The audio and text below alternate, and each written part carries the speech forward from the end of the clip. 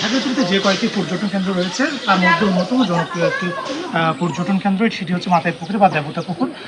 তবে এটি ব্র্যান্ডিংয়ের অভাবে এবং পরিকল্পনার অভাবে এটির সম্ভাবনা সত্ত্বেও পর্যটনের যে সুযোগ রয়েছে এখানে সেটির কিন্তু অনেকটাই ঠিক বাস্তবায়ন করা যাচ্ছে না, যে কারণে এটা এখানে অন্যান্য পর্যটন কেন্দ্র হচ্ছে এখানে পর্যটকদের ভিড় অনেকটা কম। বিশেষ করে খাগড়াছড়িতে ট্যুরিজমটা অনেক বেশি শহরকেন্দ্রিক, অর্থাৎ খাগড়াছড়ি শহরের আশেপাশে আলুটিলা, রিসাং ঝর্ণা বা জেলা পরিষদ পার্ক, এই কেন্দ্রগুলিতে মানুষ বেশি যায়, কিন্তু পর্যটকদের দিনব্যাপী ঘুরে বেড়ানোর জন্য সেরকম পর্যটন কেন্দ্র নেই। সেক্ষেত্রে দেবতাপুর একটি ভালো গন্তব্য হতে পারে। তবে এখন অনেকে যারা একটু পাহাড় বেয়ে পাহাড়ের চূড়ায় উঠতে পছন্দ করে বা ট্রেকিং পছন্দ করে, তাদের অনেকেই দেবতাপুরকে বেছে নিয়েছে, বিশেষ করে এখানে ঘুরতে আসার জন্য। বা এখানে এত উপরে সমুদ্রপৃষ্ঠের পাহাড়ের উপরে এত বিশাল এক জলাধার, সেটি দেখে অনেকে মুগ্ধ। এখানে আমরা কয়েকজনের একটু প্রতিক্রিয়া জানার চেষ্টা করবো, যারা আসলে এখানে এসেছেন, এর আগে হয়তো অনেকে এসেছেন বা এবার অনেকে প্রথমবারের মতো এসেছেন, তাদের একটু অভিজ্ঞতা জানতে চাই। মানে সিলেট থেকে এসেছেন একজন ফটোগ্রাফার, তার কাছে একটু জানতে চাই আসলে এখানে আপনি এসে আপনার কেমন লাগছে, বা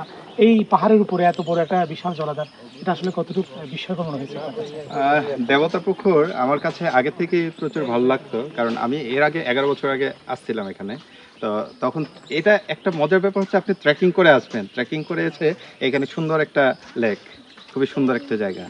তো এক সময় এখানে প্রচুর সবুজে ঘেরা ছিল। আমি আসলে 11 বছর পরে আজকের দিনে এসে আমি খুবই হতাশ যে সবুজ কমে গেছে, এবং এই বিল্ডিং এর স্ট্রাকচারগুলি আসলে হয়ে যাওয়ার কারণে অনেক সবুজ কমে গেছে। তো এটা আসলেই আমরা প্রকৃতি যদি সংরক্ষণ করতে চাই তাহলে এত স্ট্রাকচার আসলে এইভাবে মানে স্ট্রাকচারে ভরে ফেললে হবে না আর কি।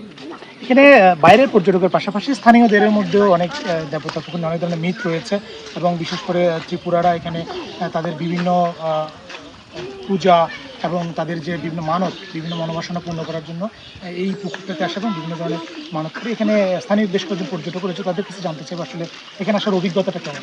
অভিজ্ঞতা ভালোই, আমাদের এখানে ট্রেকিং আমরা পাইছি, আর পরিবেশটা আমার কাছে খুব ভালো লাগছে এখন, যেহেতু ওয়েদারও খুব ভালো। আর প্রচুর পর্যটক যেমন আসছে, তীর্থযাত্রী আমরা দেখলাম, আর এসে এরা তাদের মনোবাসনা পূর্ণ করার জন্য বিভিন্ন মানত দিচ্ছে। দেখলাম যে কেউ কেউ মুরগি হাঁস এগুলো এখানে বলি দিচ্ছে, এবং কিছু কবুতরও ছাড়ার দেখলাম।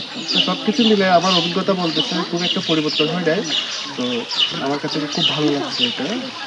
এখানে আপনার কাছে একটু জানতে চাইবো আসলে এটি আসলে পর্যটনে কতটা সম্ভাবনাময়, বিশেষ করে এই মাথায় পুকুরি বা দেবতা পুকুরে আমরা দেখি উৎসবের সময় সাধারণত এপ্রিল মাসে এখানে আসে, কিন্তু এটা সারা বছর আসলে পর্যটন আসার ক্ষেত্রে কতটা সহায়ক থাকবে?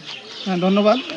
এটা আসলে যারা পাহাড়কে ভালোবাসে, প্রকৃতিকে ভালোবাসে, এবং পাহাড় ট্রেকিংয়ের মাধ্যমে পাহাড়কে উপভোগ করতে চায় এবং সবুজ প্রকৃতি উপভোগ করতে চায়, সেই দিক থেকে এটা খুবই গুরুত্বপূর্ণ একটা স্থান, এবং জনসমাগম থেকে অনেক দূরে অবস্থিত, এবং পাহাড়ের যে ট্রেকিং সব কিছু মিলিয়ে এখানে অনেক বেশি সম্ভাবনা আছে। তবে আমি যেটা এসে দেখলাম, এই পুকুরের চারপাশে প্রাকৃতিক বনের খুব সংকট। প্রাকৃতিক বনের পরিধি যদি বাড়ানো যায়, সবুজ প্রকৃতিকে বাড়ানো যায়, সেক্ষেত্রে এই পর্যটন কেন্দ্র হিসেবে এবং তীর্থস্থান হিসেবে আরও বেশি জনপ্রিয় হবে, এবং দেশ বিদেশ থেকে পর্যটকরা এখানে আসবে, উপভোগ করবে। ধন্যবাদ। এখানে যদি এই দেবতা পুকুর সহ অন্যান্য যে পর্যটন কেন্দ্রগুলো রয়েছে সেগুলোকে যদি ব্র্যান্ডিং করা যায় এবং সঠিক পরিকল্পনার মধ্যে তুলে দেওয়া যায়, তাহলে সেক্ষেত্রে খাগড়াছড়ির যে পর্যটন সেটা আরও বিকশিত হবে, এবং এখানে শহরকেন্দ্রিক যে পর্যটন সেটা আরও বিস্তৃত হয়ে বিভিন্ন জায়গায় ছড়িয়ে পড়বে, এবং স্থানীয় অর্থনীতি আরও বেশি শক্তিশালী হবে, অর্থাৎ পর্যটন যে অর্থনীতি রয়েছে সেটা আরও বেশি সমৃদ্ধ হবে।